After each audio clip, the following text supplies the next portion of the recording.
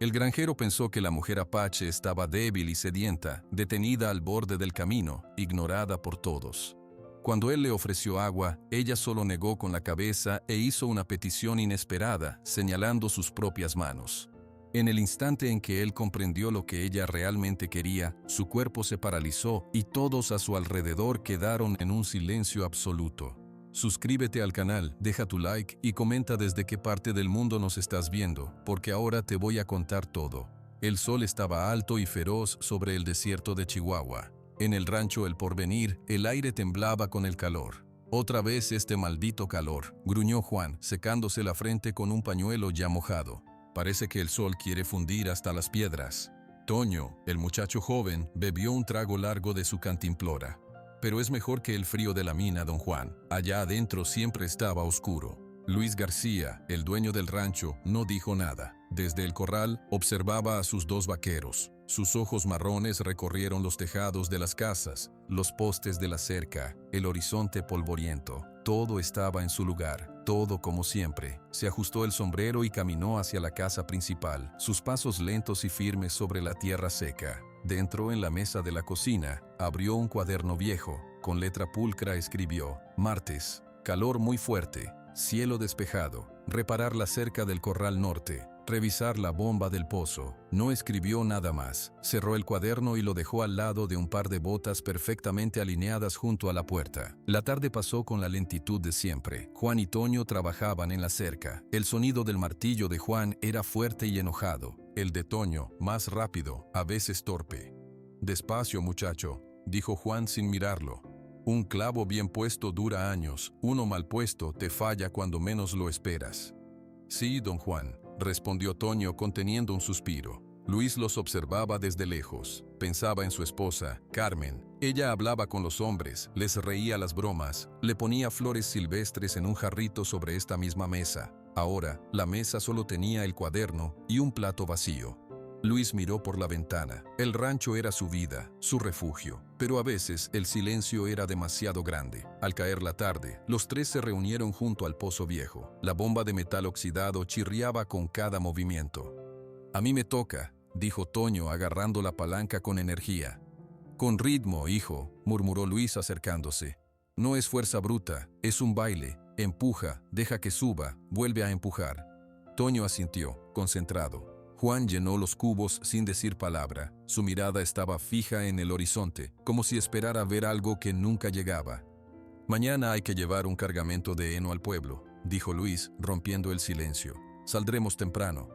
«¿A la misma hora de siempre?», preguntó Juan, escupiendo al suelo. «Las 5 en punto».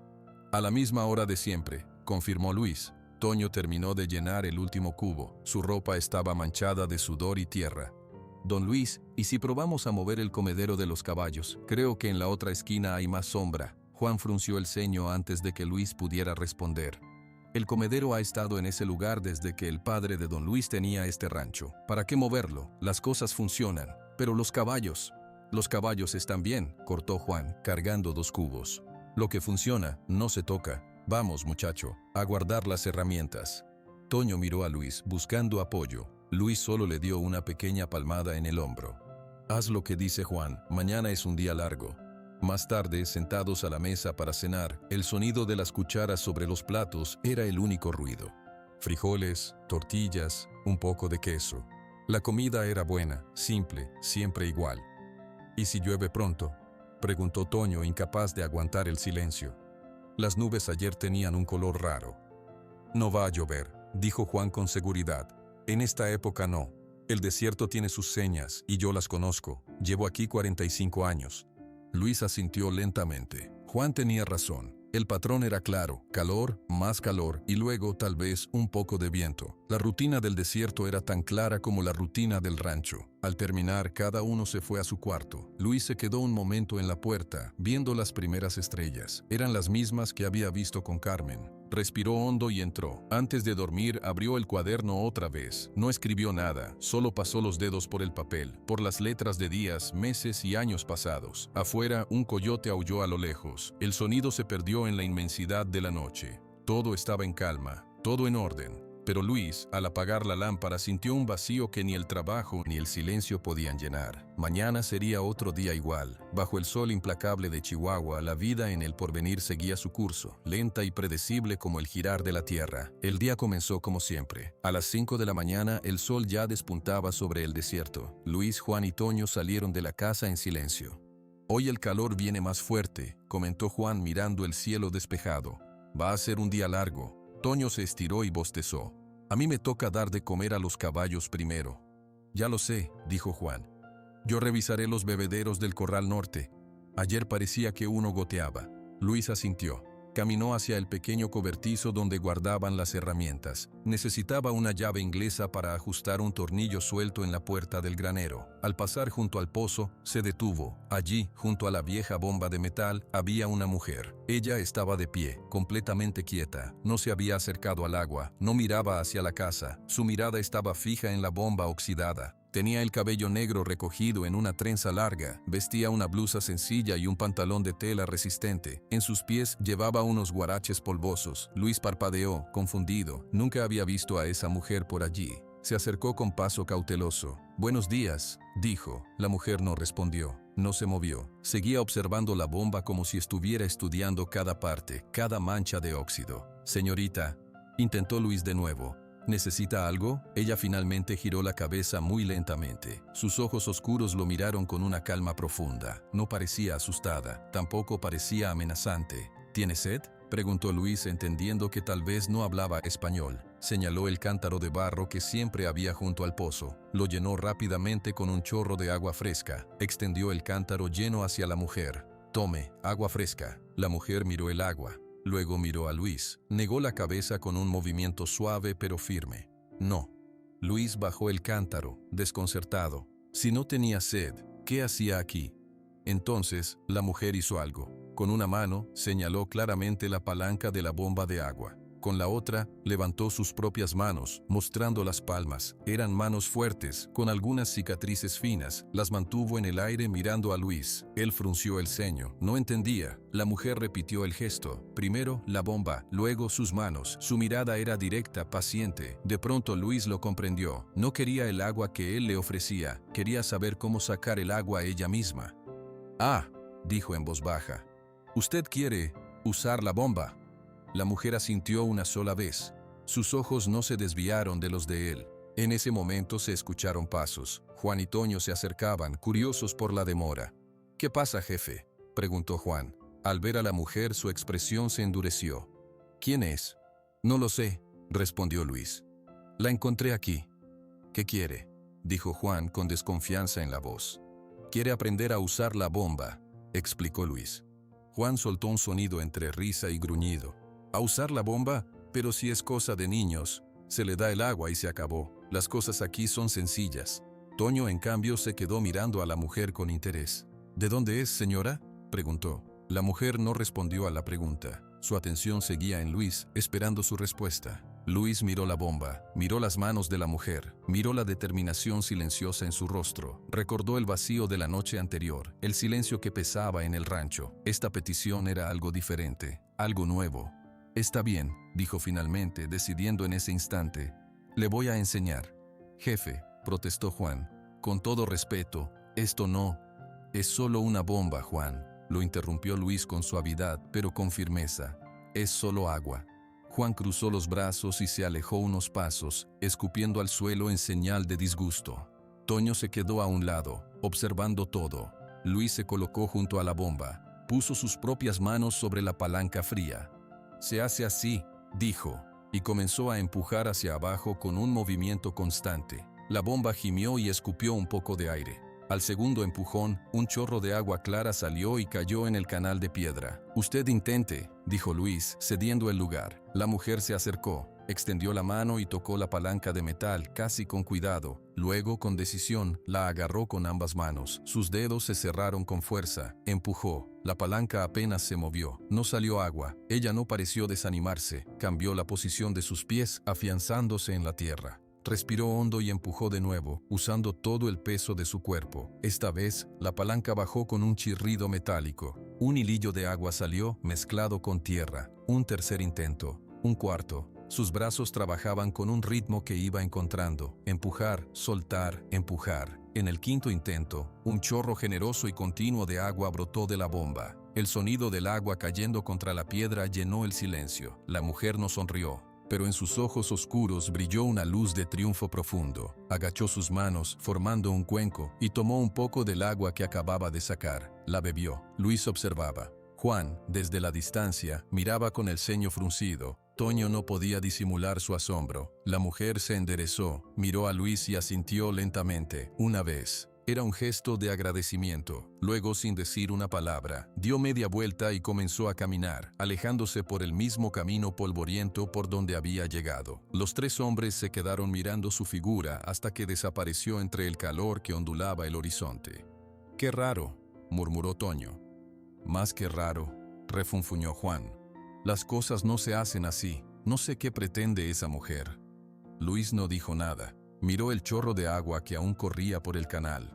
El sonido era diferente ahora. Ya no era solo parte de la rutina. Era la prueba de que algo había cambiado. Algo muy pequeño, pero imparable, como la primera grieta en un muro muy sólido. Recogió el cántaro que había ofrecido antes. El agua dentro ya no parecía la misma. El día siguiente en el Porvenir comenzó con una tensión nueva. La rutina ya no parecía la misma. Mientras desayunaban, Juan rompió el silencio. «Esa mujer no debería volver», dijo, mojando su tortilla en los frijoles. «No es de por aquí, causa problemas». Toño levantó la vista de su plato. «Pero solo quería agua, don Juan, y la sacó ella misma». «Ese no es el punto», refunfuñó Juan. «El punto es el orden. Uno no llega a un rancho ajeno y pide usar las herramientas. Se pide ayuda y ya, las cosas tienen su manera». Luis no intervino. Bebió su café lentamente. En su cabeza estaba la imagen de la mujer bebiendo el agua de sus propias manos. Había algo en ese gesto que le impedía estar de acuerdo con Juan. Terminada la comida, cada uno fue a sus tareas. El calor de la mañana ya se dejaba sentir. Luis se dirigió al granero a revisar el heno. Al pasar junto al pozo se detuvo, miró la bomba. Por un momento le pareció verla diferente. A media mañana, Toño, que estaba arreando unos becerros hacia el corral, dio un grito. «Don Luis, mire». Luis y Juan se acercaron. Allí, a la sombra de un mezquite cercano al pozo, estaba la mujer otra vez. Esta vez llevaba un pequeño saco de tela colgado del hombro.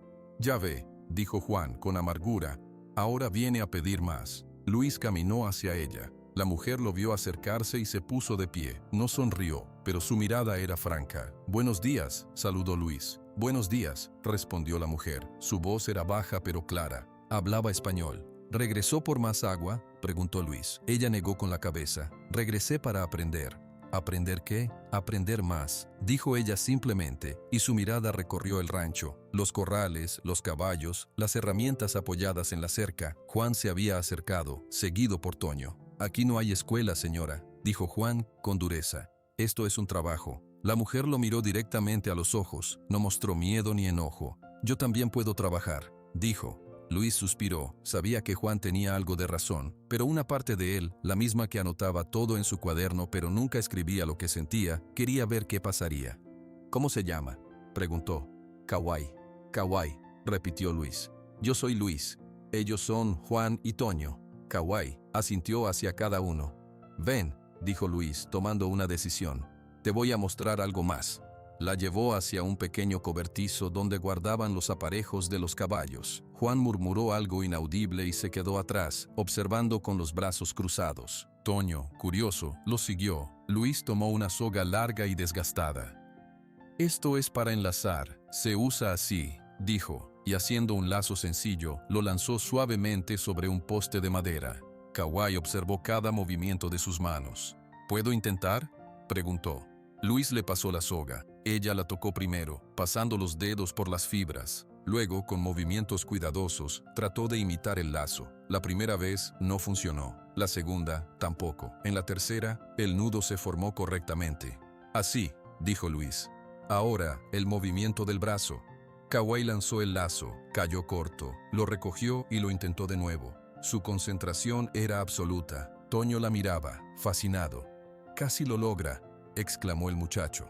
Después de varios intentos, el lazo cayó sobre el poste. No fue un movimiento perfecto, pero funcionó. Kawai bajó la soga. Su rostro seguía sereno, pero sus ojos brillaban de nuevo con esa luz de satisfacción. Gracias, dijo a Luis. En ese momento, un relincho agudo sonó desde el corral. El potrillo más joven, asustado por una serpiente de cascabel que se deslizaba cerca de la cerca, se había enredado en un alambre. Todos corrieron. El animal, asustado, forcejeaba y solo empeoraba su situación. Juan iba directo hacia él, con las manos extendidas.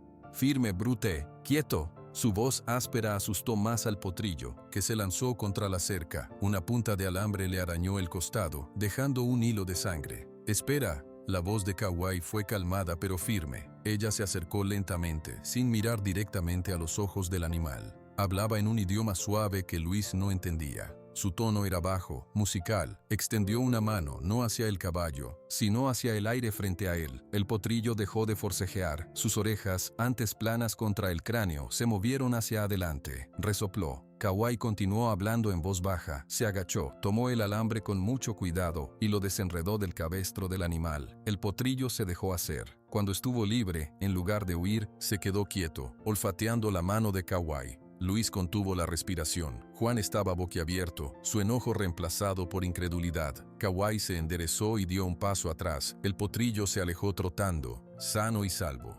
«¿Cómo hizo eso?», preguntó Toño, admirado. «Los animales entienden», dijo Kauai, como si fuera lo más natural del mundo. «No les gusta el miedo, entienden la calma». Miró a Luis, luego a Juan, cuyo rostro era una mezcla de confusión y desaprobación. Sin decir nada más, Kauai recogió su pequeño saco y comenzó a caminar hacia el camino. «¿Regresará mañana?», preguntó Toño, casi sin querer. Kauai se detuvo. No se volvió, pero su respuesta llegó clara. «Si me dejan aprender, regresaré», y siguió caminando. Luis la vio irse. Esta vez no era solo una mujer que sabía usar una bomba. Era alguien que entendía el miedo de un animal y lo calmaba. Algo se había abierto en el rancho El Porvenir y Luis sabía que ya no había vuelta atrás. Al amanecer del día siguiente, Kauai ya estaba allí. Sentada sobre una piedra plana cerca del pozo, observaba cómo el sol iluminaba los tejados del rancho. Cuando Luis salió de la casa, ella se levantó. «Buenos días», dijo Luis sin demasiada sorpresa. Algo le decía que esta mujer era de palabra. «Buenos días», respondió Kauai. «¿Lista para aprender más?». «Lista para ayudar», corrigió ella suavemente. Juan salió detrás de Luis. Al verla, su expresión se ensombreció. «Otra vez», murmuró para sí, pero lo suficiente para que todos lo escucharan. Toño, en cambio, salió corriendo casi de la casa. «Buenos días, Kauai. ¿Hoy me enseña ese nudo especial para la soga?». Kauai miró al muchacho y por primera vez, un pequeño gesto suavizó su rostro. «Quizás más tarde. Primero, el trabajo». Luis le asignó tareas sencillas: llenar los bebederos de los cerdos, recoger los huevos de las gallinas. Kauai lo hacía todo en silencio, con una eficacia que no perdía tiempo. Observaba cada cosa antes de actuar. A media mañana, mientras limpiaba el comedero de las gallinas, una de las gallinas más viejas se acercó cojeando. Tenía una espina grande clavada en una pata. Kauai dejó la pala, se agachó lentamente. La gallina, nerviosa, intentó alejarse. «Shh», susurró Kauai, extendiendo la mano con calma. Habló en voz baja, en su idioma. La gallina se quedó quieta. Con movimientos precisos, Kauai tomó la pata herida. Con una mano sujetó a la gallina, con la otra sacó la espina de un tirón limpio. La gallina soltó un graznido y luego, liberada, se alejó caminando con más alivio. Toño, que había visto todo desde la cerca, corrió a contárselo a Luis. «Don Luis, es como un doctor para los animales». Juan, que estaba engrasando una montura cerca, soltó un bufido. «Suerte. Cualquiera puede sacar una espina». Pero más tarde, fue Juan quien tuvo un problema. El caballo castaño, el más grande, se había negado a que le pusieran la montura. Pateaba y resoplaba cada vez que Juan se acercaba. «Animal terco», gritaba Juan, ya sudando de frustración. «Te voy a montar hoy sí o sí». Cuanto más forcejeaba Juan, más se asustaba el caballo. La situación se estaba poniendo peligrosa. Kauai, que barría el patio, dejó la escoba. Se acercó sin prisa. «Déjeme intentar», dijo. «Esto no es asunto suyo», gruñó Juan, sin soltar la brida. «Juan», intervino Luis, que observaba desde la puerta del granero. «Déjala». Juan soltó la brida con un gesto de fastidio. Kauai no tocó al caballo de inmediato. Se quedó parada a su lado, hablando en ese mismo idioma suave. Le pasó la mano por el cuello, lentamente. El caballo bajó la cabeza, resoplando aún, pero más calmado. Ella tomó la montura que Juan había dejado en el suelo. No la puso sobre el lomo del animal. En cambio, la mostró al caballo, dejó que la oliera. Luego, con un movimiento fluido y sin fuerza, la colocó en su lugar. Ajustó las cinchas con suavidad. El caballo se mantuvo quieto. «Ahora puede montar», dijo Kauai, dando un paso atrás. Juan se quedó mirando, su rostro una mezcla de rabia y asombro. Tomó las riendas con torpeza y montó. El caballo se movió obediente. Nadie dijo nada. Juan guió al caballo hacia el corral sin mirar a nadie. Toño se acercó a Kauai. Sus ojos brillaban de admiración. «¿Me enseña a entenderlos así?» Kauai asintió. «No es magia, es escuchar. Los animales dicen mucho sin palabras. Te enseñaré a verlo». Durante el descanso de la tarde, bajo la sombra del mezquite, Kauai le mostró a Toño cómo hacer un nudo especial que no se apretaba demasiado, útil para atar un animal herido sin lastimarlo. Luis los observaba desde lejos, bebiendo agua. Veía la paciencia de Kauai, la curiosidad sincera de Toño. Juan se sentó aparte, afilando un cuchillo con movimientos bruscos. Finalmente, no pudo más. Se acercó a Luis. «Jefe, tenemos que hablar». «Habla, Juan». «Esto no está bien. Ella se está metiendo en todo, en los animales, en las herramientas, ahora hasta le enseña cosas al muchacho. ¿Qué sigue? ¿Que le demos un cuarto en la casa?» «Ella solo ayuda, Juan», dijo Luis manteniendo la voz baja. «Pero es una mujer, y es apache», susurró Juan, con intensidad. «Las cosas aquí siempre se han hecho de una manera. Los hombres hacen el trabajo del rancho. Las mujeres, bueno, no hay mujeres, pero si las hubiera, no harían esto. Usted lo sabe». Luis miró a Juan. Vio el miedo detrás del enojo, el miedo a que su mundo, el único que conocía, se desmoronara. «Las cosas cambian, Juan». «No tienen por qué cambiar», replicó Juan y se alejó, sacudiendo la cabeza. Kauai había escuchado parte de la conversación. Sus manos no dejaron de enseñarle el nudo a Toño, pero su expresión se volvió un poco más distante. Cuando terminó la lección, se levantó. «Me voy», dijo. «¿Regresará mañana?», preguntó Toño con esperanza. Kauai miró hacia donde Juan se había ido. Luego miró a Luis. «¿Usted quiere que regrese?», preguntó, dirigiéndose directamente a él. La pregunta tomó a Luis por sorpresa. No era sobre si podía o no podía. Era sobre si él lo quería. «Sí», respondió Luis, sin vacilar esta vez. «Quiero que regrese». Kauai asintió. Era todo lo que necesitaba saber. Sin una palabra más, emprendió el camino a casa. Luis se quedó viéndola marchar, sabiendo que la paz de su rancho, la rutina de toda su vida, se había quebrado para siempre. Y por primera vez en mucho tiempo, no le parecía algo malo. La luna era un disco pálido sobre el desierto cuando Kauai llegó a su hogar. No era el rancho El Porvenir, era un pequeño campamento en las faldas de una montaña, donde unas cuantas familias apaches vivían desde que los habían desplazado de sus tierras mejores. Unas tiendas sencillas, un fuego bajo que casi se había apagado. Ella pasó junto al fuego, saludando con la cabeza a un anciano que velaba el sueño del campamento. Él le devolvió el saludo en silencio. Todos sabían a dónde iba Kauai durante el día. Algunos no lo entendían, otros, como el anciano, simplemente observaban. Entró en su tienda. Adentro, solo había una manta en el suelo, un pequeño brasero apagado y un atillo con sus pocas pertenencias. Se sentó. El cansancio del día pesaba en sus hombros, pero era un cansancio bueno, de músculos usados, de trabajo concreto.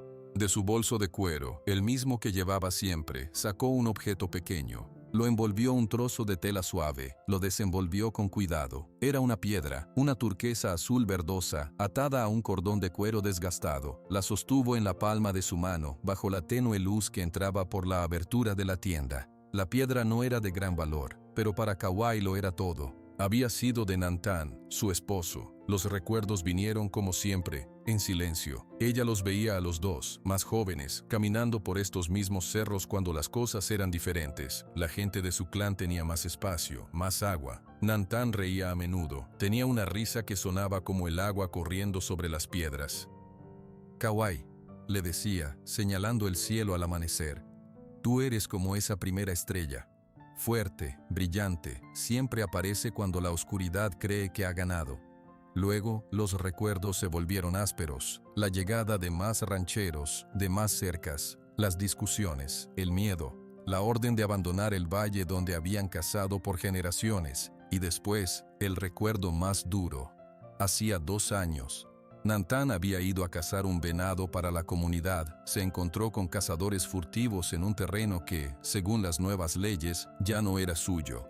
Hubo gritos, un disparo. Nantán no llevaba más que su arco y sus flechas. Kawai cerró la mano alrededor de la piedra, sintiendo sus bordes lisos contra su piel. El dolor ya no era un grito, era un hueco silencioso y permanente dentro de su pecho. Una ausencia. Por eso había ido al pozo de El Porvenir, no por lástima, por necesidad. Necesitaba demostrar sobre todo a sí misma que podía seguir viviendo, que podía ganarse un lugar sin pedir permiso, sin que le regalaran nada. El agua que ella misma sacaba sabía a supervivencia, a dignidad. Al día siguiente, en el rancho, la rutina continuaba. Kawai llegó con el sol, ayudó a Toño a alimentar a los cerdos, le enseñó a hacer un cerco con ramas para que los pollitos no se alejaran.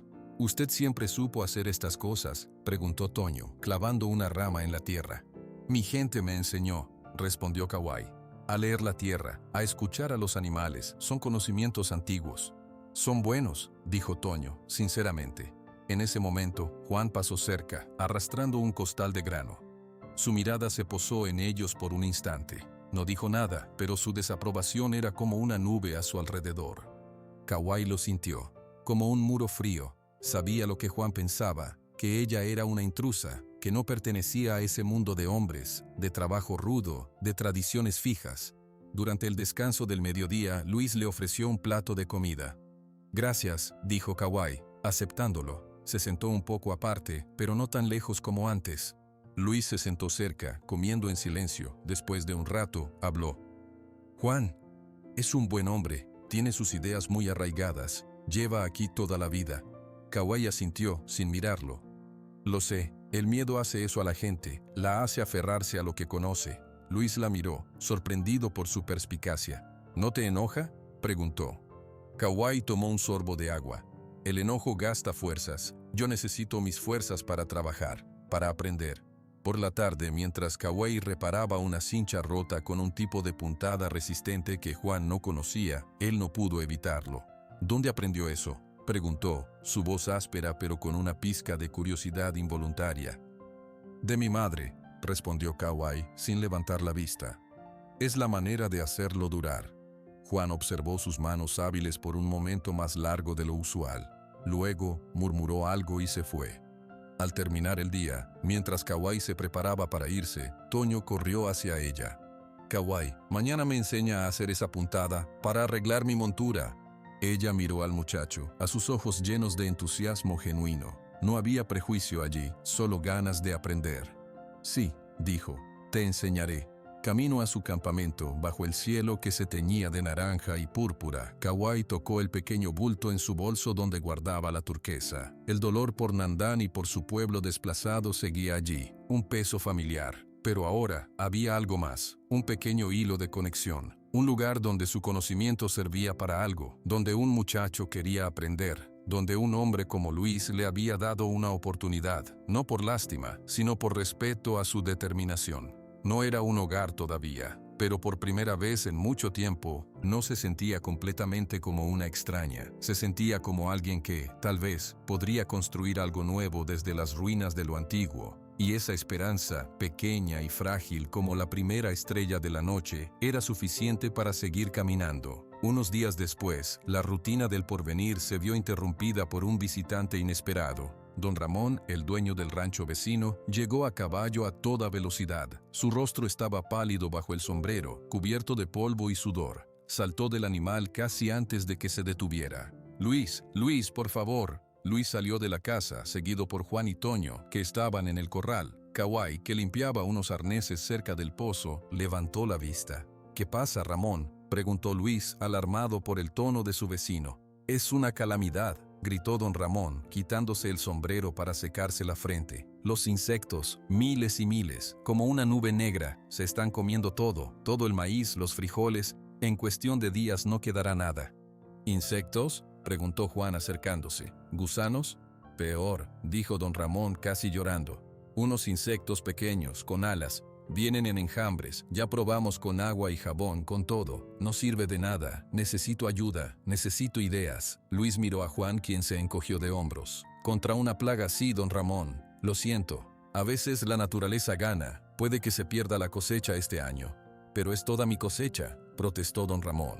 Sin eso no puedo alimentar a los animales, no puedo pagar las deudas, mi familia. Su voz se quebró, la desesperación en el aire era espesa. Toño miraba de uno a otro, asustado por la magnitud del problema. Fue entonces cuando una voz habló, tranquila y clara. ¿Puede describir los insectos? Todos giraron la cabeza, era Kawai, se había acercado en silencio. Don Ramón la miró, confundido por un momento al ver a una mujer apache allí, pero su desesperación era mayor que su sorpresa. Son pequeños, del tamaño de una uña, color café, hacen un zumbido fuerte cuando vuelan juntos, devoran las hojas hasta solo dejar los tallos. Kawai asintió lentamente, sus ojos parecían mirar algo lejano, un recuerdo. Los conozco, dijo. Mi gente los llama los que vuelan en nube, vienen cada muchos años, cuando el verano es muy seco. ¿Y su gente sabe cómo detenerlos?, preguntó don Ramón con un hilo de esperanza. Sí, afirmó Kawai. Juan soltó un sonido de incredulidad. ¿Cómo va a saber ella? Con todo respeto, don Ramón, son supersticiones de la gente de la montaña. Lo que necesitamos es un químico, algo fuerte, no rezos antiguos. Kawai no le hizo caso a Juan, miró directamente a Luis. Hay una planta, crece en las partes más secas del desierto, cerca de las rocas, se llama estafiate. Sus hojas son grises y delgadas. Cuando se quema, el humo tiene un olor fuerte. Ese humo ahuyenta a esos insectos, los hace irse. ¿Quemar plantas?, dijo Juan, levantando las manos. Eso es lo más ridículo que he escuchado. ¿Y si quema el campo entero? No se quema el campo, explicó Kawai con paciencia. Se hace una fogata controlada con la planta seca, en el borde del campo. El viento lleva el humo, los insectos huyen del olor. Don Ramón miró a Luis, luego a Kawai. Su esperanza y su escepticismo luchaban en su rostro.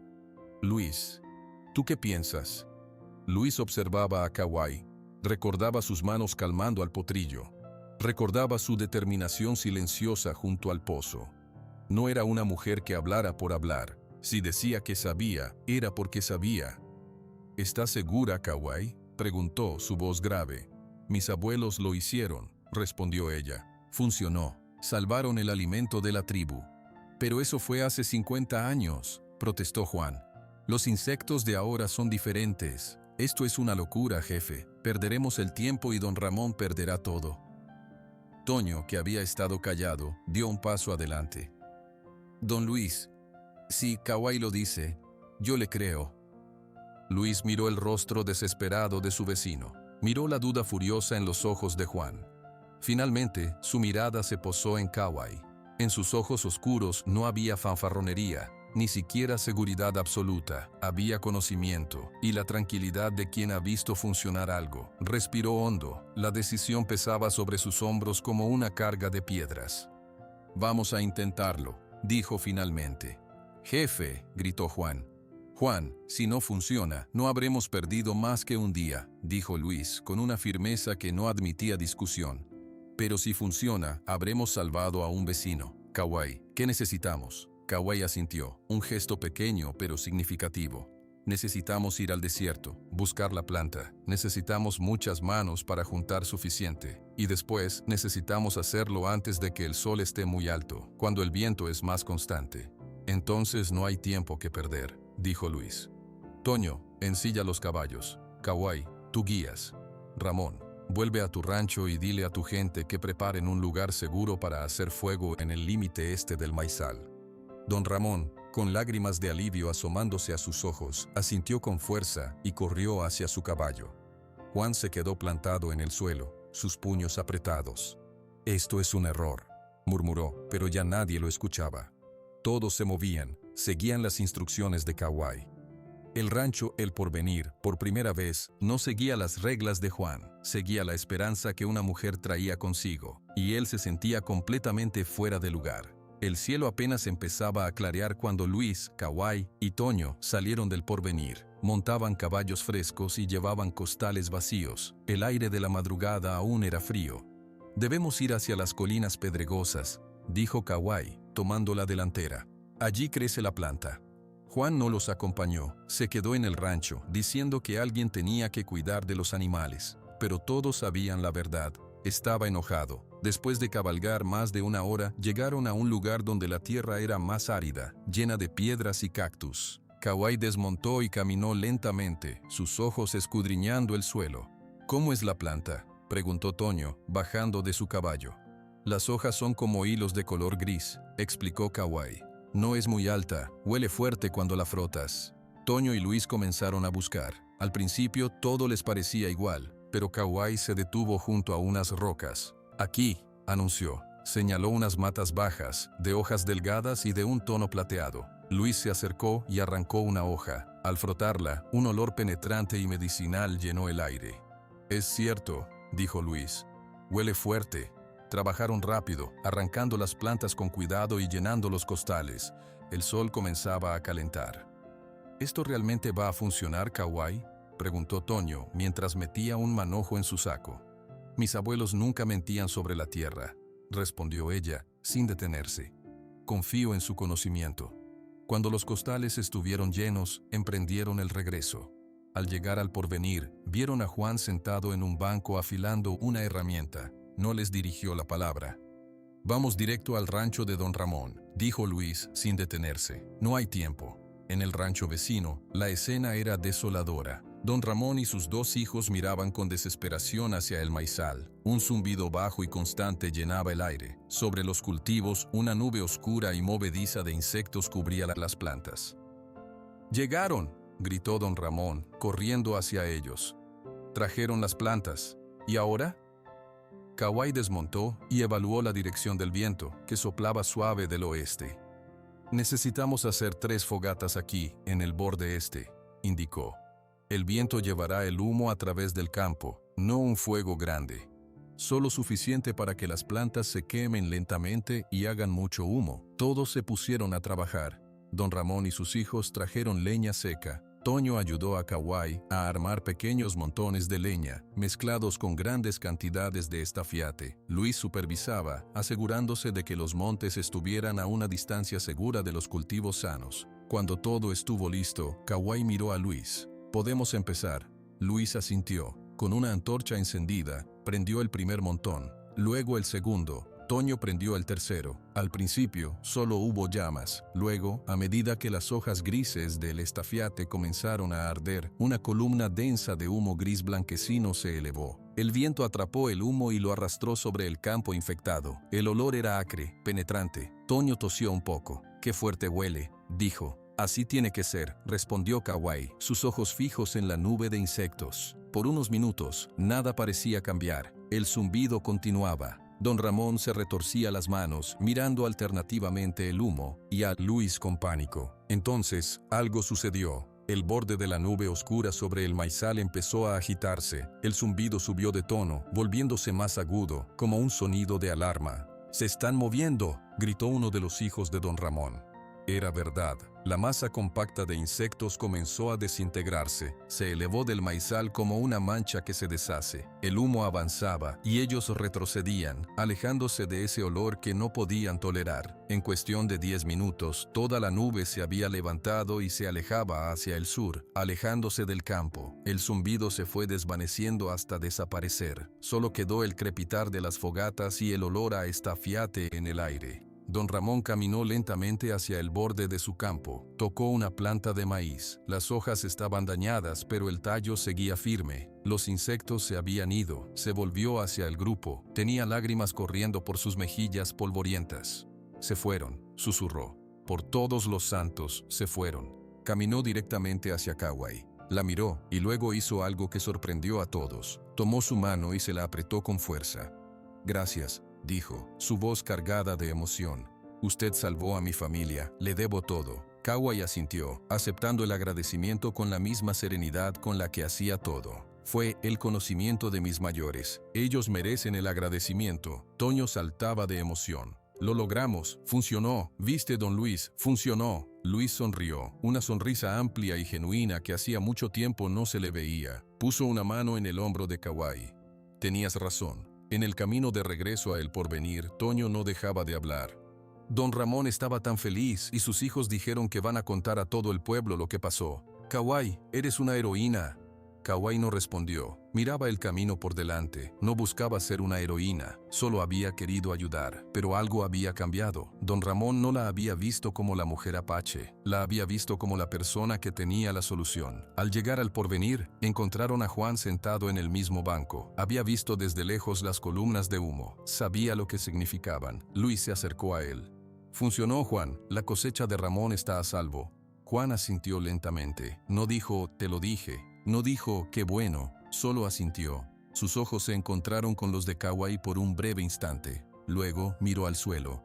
Kauai siguió hacia el pozo para lavarse las manos. El agua que salió de la bomba era fresca y clara. La bebió, sintiendo el sabor familiar del esfuerzo propio, pero hoy ese sabor venía mezclado con algo nuevo, el sabor de haber sido útil, de que su conocimiento, el de su gente, hubiera servido para algo bueno en este mundo que todavía la veía con recelo, y supo que nada volvería a ser igual, ni para el rancho, ni para Juan, ni para ella.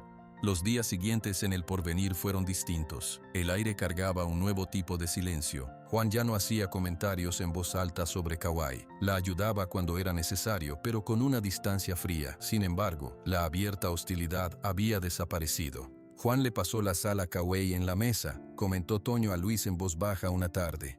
No dijo tome, pero se la pasó. Luis asintió. Era un progreso pequeño, pero real. Kauai seguía llegando al amanecer, trabajando con la misma dedicación silenciosa. Ahora, incluso los animales del rancho parecían reconocerla, acercándose a ella con confianza. Una tarde, el cielo cambió. Unas nubes gruesas y oscuras se acumularon en el horizonte oeste, algo poco común para la época. «Eso no pinta bien», murmuró Juan, observando el cielo mientras guardaban las herramientas. «Esas nubes traen algo más que lluvia». «Parece una tormenta fuerte», dijo Luis. Kauai, que estaba recogiendo unas sogas, olió el aire. «El viento viene cargado de polvo de lejos. Será una tormenta de las grandes. Hay que asegurar todo». Trabajaron rápido, amarrando puertas, colocando piedras sobre los techos de lámina de los cobertizos, llevando a los animales más pequeños a lugares cerrados. Una quietud extraña cayó sobre el desierto. Los pájaros dejaron de cantar. La tormenta llegó con la noche. Primero fue el viento, un rugido que sacudió las puertas y arrancó ramas de los mezquites. Luego, la lluvia. No fue una llovizna, fue un muro de agua que cayó con fuerza brutal, golpeando el suelo con tal intensidad que el ruido era ensordecedor. Los tres hombres y Kauai se refugiaron en la casa principal. La luz de una lámpara de aceite bailaba en las paredes. Afuera, el mundo se había vuelto caos. «Nunca he visto una igual», gritó Toño para sobreponerse al estruendo. «Es el desierto», respondió Juan. Cuando decide enojarse, lo hace de verdad. De repente, por encima del ruido del viento y la lluvia, se escuchó un sonido diferente. Un crujido profundo, seco, como un hueso gigante quebrándose. Luego, un estruendo sordo que hizo temblar el piso bajo sus pies. Todos se miraron. «Eso sonó cerca», gritó Luis. Esperaron a que una ráfaga de viento amainara y salieron a la puerta, protegiéndose los ojos de la lluvia horizontal. Con la luz de un relámpago que iluminó el paisaje por una fracción de segundo, vieron el problema. Una parte del cerro pedregoso que bordeaba el camino al pueblo se había venido abajo. Una avalancha de piedras y lodo bloqueaba completamente el paso, pero lo que vieron después les heló la sangre. Justo al borde del derrumbe, semioculto por la penumbra y la lluvia, estaba Relámpago, el caballo favorito de Luis. El animal estaba atrapado. Una enorme roca, desprendida del cerro, le había caído sobre una pata trasera, inmovilizándolo contra otras piedras más pequeñas. Relámpago forcejeaba, relinchando de dolor y pánico, pero no podía moverse. «¡No!», gritó Luis, y salió corriendo hacia el animal sin pensarlo. «Jefe, espere, es peligroso», gritó Juan, pero lo siguió de inmediato. Toño y Kauai corrieron detrás. La lluvia los empapó en segundos. El camino era un lodazal. Los relámpagos iluminaban escenas a cámara lenta de desastre. Luis llegó junto a Relámpago. El caballo tenía los ojos en blanco, el terror absoluto. La roca que lo aprisionaba era enorme. «Tranquilo, muchacho, tranquilo», decía Luis tratando de agarrar su cabeza, pero el animal no escuchaba. «Hay que sacar esa roca», gritó Juan tomando el mando. «Toño, agárralo de la brida. Jefe, ayúdeme a empujar». Juan se plantó contra la roca buscando un punto de apoyo en el lodo. Con un gruñido de esfuerzo, empujó con todas sus fuerzas. La roca no se movió. Él empujó de nuevo, más fuerte. «Juan, para», gritó Kawai, su voz perforando la tormenta. «No la muevas así, las piedras de arriba son inestables». Pero Juan no la escuchó. Su mente solo veía al caballo atrapado y su propio deseo de ser el que lo salvara, de demostrar su valor, su manera de hacer las cosas. Tomó más impulso y dio un empujón violento. La roca se movió, solo un poco, pero fue suficiente. Con un sonido terrible, otras piedras y tierra de la pila del derrumbe comenzaron a ceder. Una lluvia de piedras más pequeñas se desprendió y cayó justo alrededor del caballo y de Luis, que estaba al otro lado. «¡Atrás!», aulló Kawai, tirando de Toño hacia atrás. Una piedra del tamaño de una cabeza golpeó el hombro de Juan, haciéndole perder el equilibrio. Otra rozó el costado de Relámpago, y el caballo relinchó con un sonido desgarrador. Cuando el pequeño deslizamiento se detuvo, la situación era mucho peor. Ahora, más escombros rodeaban al caballo, la roca grande seguía en su pata, y una nueva pila de piedras amenazaba con sepultarlo completamente si alguien hacía otro movimiento en falso. Juan yacía en el lodo, agarrando su hombro, la cara descompuesta por el dolor y la comprensión.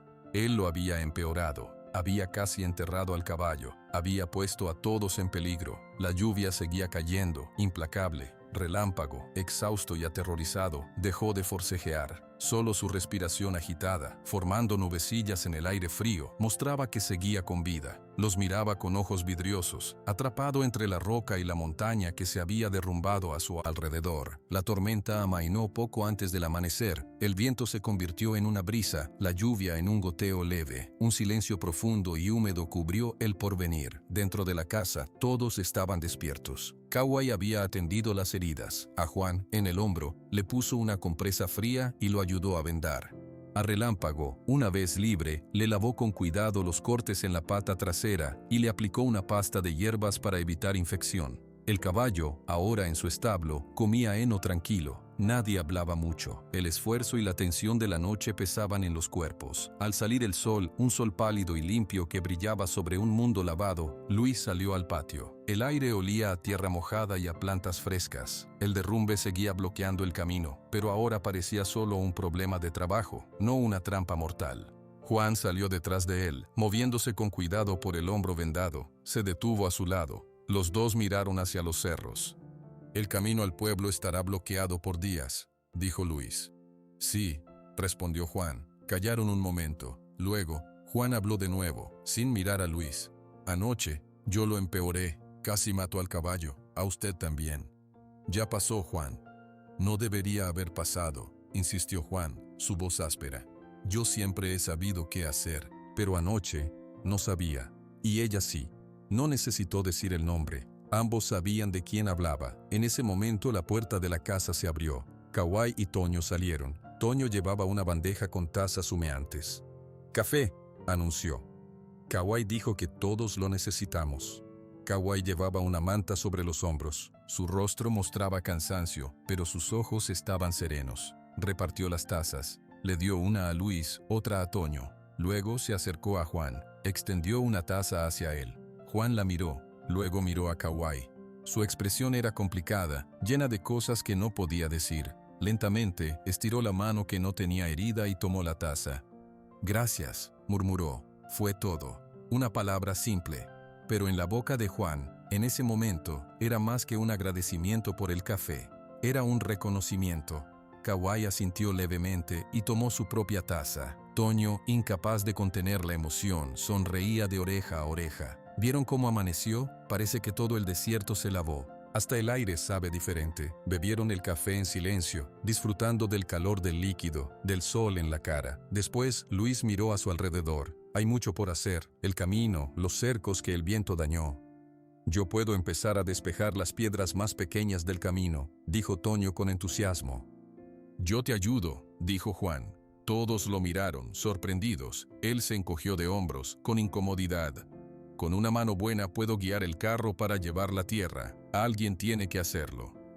«Kawai y yo revisaremos los animales y los cercos», propuso Luis. Después nos turnamos en el camino. Fue un plan simple, pero por primera vez se sintió como un verdadero equipo. No como un jefe dando órdenes, sino como 4 personas decidiendo juntas cómo arreglar su hogar. Durante la mañana, cada uno trabajó. Kawai y Luis encontraron 2 postes de una cerca caídos. Mientras Luis los clavaba de nuevo, Kawai tensaba el alambre con una habilidad que él admiraba. «Aprendí a hacer cercas cuando era niña», dijo ella, como respondiendo a su mirada. «No con alambre, con ramas fuertes, pero la idea es la misma, marcar un límite, proteger lo que está adentro». Luis asintió, pensativo. «Este rancho siempre fue mi límite, mi protección, pero también era una pared. Anoche, esa pared se vino abajo, de alguna manera. A veces es necesario», dijo Kawai, «para que entre la luz nueva». Al mediodía, Toño y Juan regresaron para comer. Traían polvo y tierra en la ropa, pero Toño hablaba sin parar sobre cómo habían logrado mover una roca difícil. Juan lo escuchaba, y una vez incluso agregó un comentario sobre cómo colocar mejor la palanca. Durante la comida, Juan pasó el plato de frijoles a Kawai. No dijo nada, simplemente lo deslizó hacia ella antes de servirse él mismo. Kawai lo tomó y sirvió una porción. Luis observó el gesto. Un nudo que había llevado en el estómago desde hacía semanas, tal vez años, comenzó a deshacerse. No era que todos fueran amigos ahora, pero el respeto había nacido, y del respeto podía crecer casi cualquier cosa. Al final del día, agotados pero satisfechos, se sentaron en el porche de la casa a ver caer la tarde. Los colores del cielo eran naranjas y morados, pintando las nubes dispersas. Kawai se levantó. «Me voy, mañana regreso temprano». «Aquí habrá desayuno», dijo Luis. «Siempre». Ella lo miró y por primera vez, Luis vio una sonrisa clara y pequeña en su rostro. Un destello breve, pero real. «Lo sé», dijo. Y se fue caminando por el camino húmedo, su figura recortada contra el cielo del atardecer. Toño bostezó. «Voy a dormir como una piedra». Juan asintió. «Yo también. Buenas noches, jefe». «Buenas noches, Juan».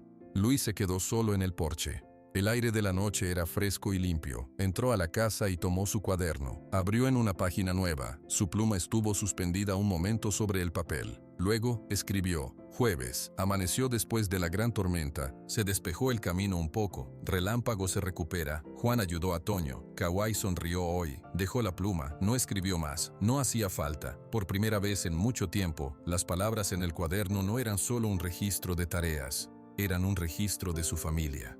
La mañana llegó tranquila a El Porvenir. Luis fue el primero en despertar. Antes de salir, abrió su cuaderno y leyó las palabras que había escrito la noche anterior. Kawai sonrió hoy. Cerró el cuaderno con un gesto suave y salió. En la cocina, encontró a Kawai preparando café. Ella lo miró y asintió. «Buenos días, Luis». «Buenos días, Kawai. ¿Dormiste bien?» «Sí». El silencio después de la tormenta es profundo. Poco después, Juan y Toño entraron. Juan movía el brazo vendado con más soltura. «El hombro duele menos», comentó, casi para sí mismo. «Bueno», dijo Luis. Toño bostezó y se sentó. «Hoy toca seguir con el camino, ¿verdad?» «Sí», confirmó Luis. «Pero primero, desayunemos juntos». Fue un desayuno diferente. No había un silencio incómodo, había una calma compartida. Juan sirvió frijoles en su plato y sin mirar a nadie dijo: «Kawai, ¿usted cree que con ese humo de plantas podríamos ahuyentar también a los conejos que se comen las lechugas de la huerta?» Todos se quedaron quietos por un segundo. Era la primera vez que Juan le hacía una pregunta directa sobre su conocimiento. Kawai terminó de masticar un bocado antes de responder. «No. Para conejos, hay otra planta. Se llama chile del monte. Su olor los aleja. Podemos buscarla más tarde si quiere». Juan asintió mirando su plato. «Podría ser útil. Esos conejos son una plaga». Toño sonrió, mirando a uno y a otro, pero no dijo nada. Después de desayunar, trabajaron en el camino. Esta vez, Juan no dio órdenes. Preguntó: «Kawai, ¿esta piedra grande la movemos con la palanca aquí, o mejor la partimos?» Kawai examinó la roca.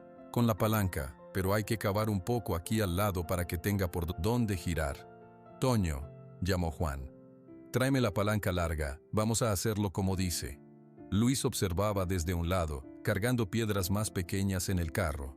Una sensación de paz, extraña y nueva, se instaló en su pecho. No era que los problemas se hubieran acabado. El camino estaba destruido, el trabajo era duro. Pero ya no había una fuerza luchando contra otra. Todas las fuerzas empujaban en la misma dirección. Al mediodía se sentaron a la sombra a descansar. Toño trajo agua fresca. «¿Saben qué?», dijo el muchacho. Don Ramón mandó a su hijo hace un rato. Dijo que para el fin de semana ya tendrá el camino despejado de su lado, que vamos a hacer una jornada entre los dos ranchos para terminarlo más rápido. Eso está bien, dijo Luis. Entre vecinos se ayuda. Él preguntó específicamente por ti, Kawai, agregó Toño. Dijo, que venga la que sabe de plantas, por si acaso. Kawai bebió un poco de agua. Iré, dijo simplemente. Juan la miró de reojo. Usted hace bien en quedarse, dijo, las palabras saliendo con dificultad. Aquí, quiero decir, en el rancho, es buena mano para el trabajo. Era un elogio torpe, pero venía de Juan. Era más valioso que un discurso. Kawai asintió. Gracias, Juan. Este es un buen lugar para trabajar. Por la tarde, mientras Toño y Juan seguían en el camino, Luis y Kawai revisaron a relámpago. La herida en su pata estaba limpia y cerrada. El caballo restregó su cabeza contra el hombro de Kawai con confianza. Se salvará, dijo Kawai. En unas semanas estará como nuevo. Gracias a ti, dijo Luis. Ella no lo negó. Aceptó las gracias con un gesto de la cabeza. Al caer la tarde, Kawai se dirigió al pozo, sacó agua con la bomba, llenó un cántaro y bebió. Luis se acercó. Siempre tendrás un lugar aquí, Kawai, no solo para trabajar, un lugar. Ella lo miró, y en sus ojos Luis vio el reflejo del cielo anaranjado. Lo sé, dijo, por primera vez en mucho tiempo lo sé. Esa noche, en su campamento, Kawai sacó la piedra turquesa, la sostuvo en la palma de su mano bajo la luz de la luna, sintió el familiar dolor por Nantán, por su pueblo, por las tierras perdidas, pero el dolor ya no era una prisión, era un recuerdo que convivía con algo nuevo. Guardó la piedra en su bolso de cuero, cerca del corazón. No la guardaba para aferrarse a un pasado muerto, la guardaba para honrarlo mientras caminaba hacia un futuro que por primera vez tenía un lugar donde echar raíces. En el porvenir, Luis escribió en su cuaderno. No anotó el clima, no anotó las tareas, escribió solo unas pocas palabras. El rancho ya no es solo un lugar, es una familia. Tenemos un porvenir. Cerró el cuaderno. Afuera, el desierto dormía bajo un manto de estrellas infinitas, y en el silencio de la noche ya no había vacío, solo la promesa tranquila del amanecer.